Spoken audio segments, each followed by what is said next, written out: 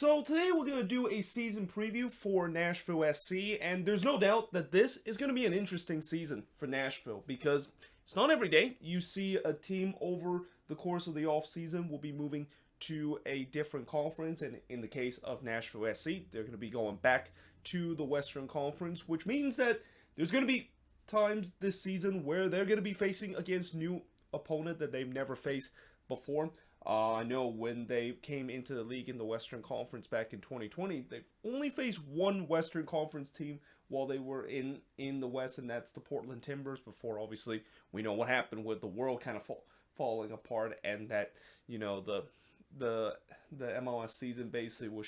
shortened because of COVID. And even during the COVID shortened season, when they were moved to the Eastern Conference, they did face a couple of Western Conference teams within their region, but obviously I know that there are going to be teams like the Seattle Sounders, the 2LA team, and the San Jose Earthquakes, and even the Vancouver Whitecaps will be teams that they're going to be facing for the very first time. So it's going to be interesting to see how they're going to be doing against them. But the other thing that is going to be a huge factor for Nashville heading into this upcoming season is the travel. So because of the fact that they are moving back to the West, and the whole reason why it was so controversial when Nashville came into the league and moved to the Western Conference was because of how they're not even located where most of the Western Conference team is, and they will have a very brutal travel schedule. Well, it seems like this year they're going to have that again, and again, it's going to be interesting to see how they're going to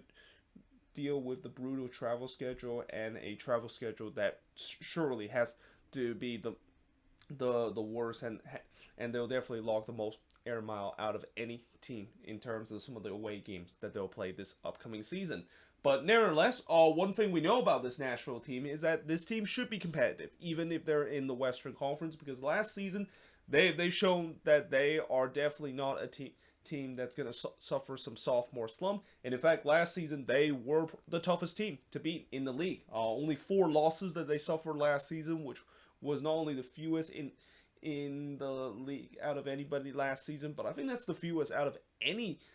team in a 34 game schedule. Though they did drew 18 times last season, which was tied the record that the Chicago Fire set back in 2014 as the most draw in a single season. But unlike that Chicago Fire team that did not make it to the playoffs, this team made it to the playoffs because they have more wins, with 12 wins last season, and they finished with 54 points. They scored 55 goals last season, which, that's kind of a high number, considering a lot of people don't think that this was a team that was supposed to be a juggernaut on the attack. In fact, this was kind of one of the big issue that they had last season, and they kind of fixed it with the way that it turns out that DP player that they signed in their expansion year named Hani Mukhtar, yeah, he turns out to be a great player. And then CJ Sapon also decided to have a renaissance kind of year and decided to score double-digit goal. But the big thing that make this Nashville team good is the goals allow. I mean, only 33 goals allowed last season, tying with the record that the New York Red Bulls and New England set as the fewest goals allowed last season. And they had a goal differential of plus 22. Only the New England Revolution has a better goal differential compared to Nashville SC. Now, as I mentioned, they finished 3rd in the Eastern Conference, but prior to that, they kind of shocked the world and finished 7th in the standing to make it to the playoffs. And not only they only becoming, I think at that time, the 6th expansion team to make it to the playoffs, but they also becoming only the 2nd expansion team to win a playoff game by beating TFC and also beating Inter Miami in the play-in round. Now, in terms of some of the transfer that they made this season, well, they were relatively quiet in terms of the transfer market. They didn't really sign some big name player, but they did get some depth pieces on the attack and in the midfield with the likes of Teal Bunbury coming from the New England Revolution, Sean Davis coming from the New York Red Bulls, and then they of course got Josh Bauer, Will Meyer, and Amit Longmire through the Super Draft. Now, in terms of players that they lost this offseason, the only major player that they lost this offseason is Alistair Johnston, going to Montreal for about $1 million.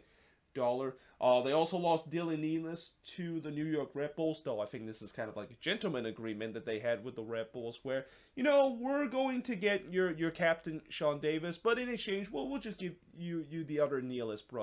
brothers in Dylan Nealon's back to the New York Red Bulls, and it seems like both parties kind of agree on that gentleman agreement, and that's how this move, of course, would make. They also lost Abu Danladi, who's going to be going back to Minnesota, and then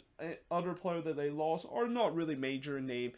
players that are more kind of like depth pieces or have not really got a lot of minutes for this team last season. So guys like Miguel Nazaré going back to Deportivo Cali, Matt Lagarza going to Sacramento Republic, Nick Hintz going to El Paso Locomotive, Janelle Anababa going to the Columbus Crew, Rodrigo Pinero actually going to be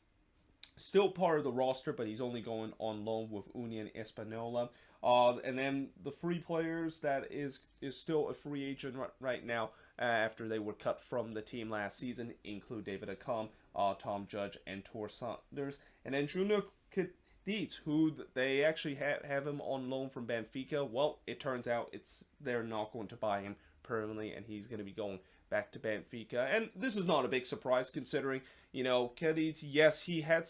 some good moment with Nashville. I'm pretty sure Nashville fans will never forget the goal that he scored against Toronto FC. That turns out to be the winning goal in extra time and move on into the next round. But let's be honest, with the expectation that he has coming into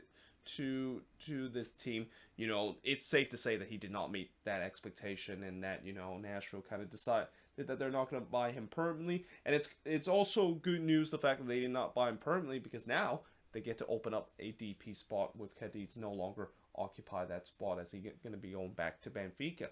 Now, in terms of optimism for this team, they still have the stingiest defense the stingiest back line in the league. I mean, this back line, there's a reason why last season they only lost 4 games, because this back line, they do not give up a lot of goals, and that when you have a team that doesn't give up a lot of goals but also have a decent enough of attack, it's also no surprise that they didn't lose a lot of games. And I'm pretty sure this season, Western Conference team, they're going to have to beware of this Nashville team, because they will find ways to not lose a game. And it's also not just the stingy defense that kind of helped them not to lose game, but it's also the determination and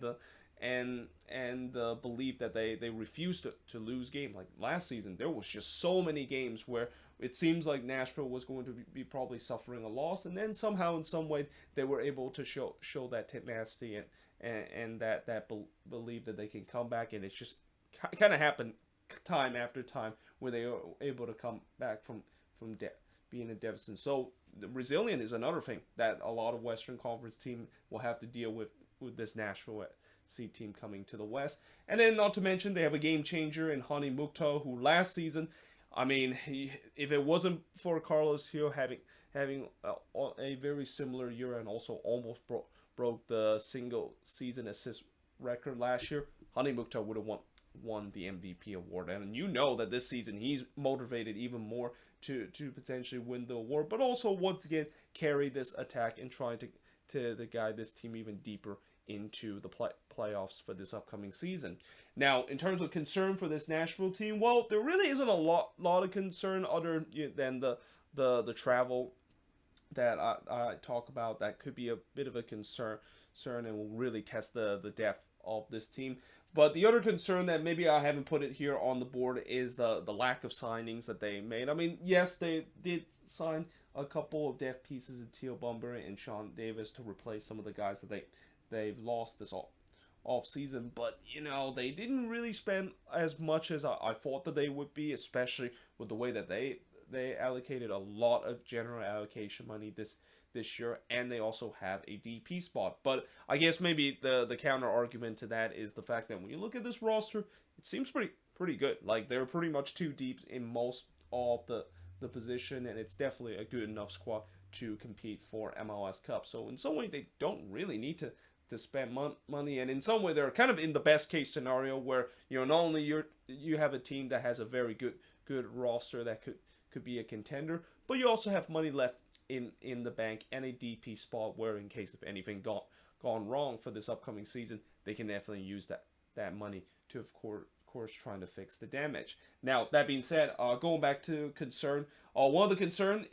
that this Nashville SC team might have is Ake Loba. Can he finally live up to his potential and his price tag? So I'm gonna give Akaloba a benefit of the doubt for his first season with Nashville, where again, anytime when you have a player that's coming to a foreign league and a foreign country, it's gonna take time to settle, and I feel like that's the case with Akaloba, where he kind of didn't really settle in with this Nashville team and settle being in MLS for a bit. But I have the feeling that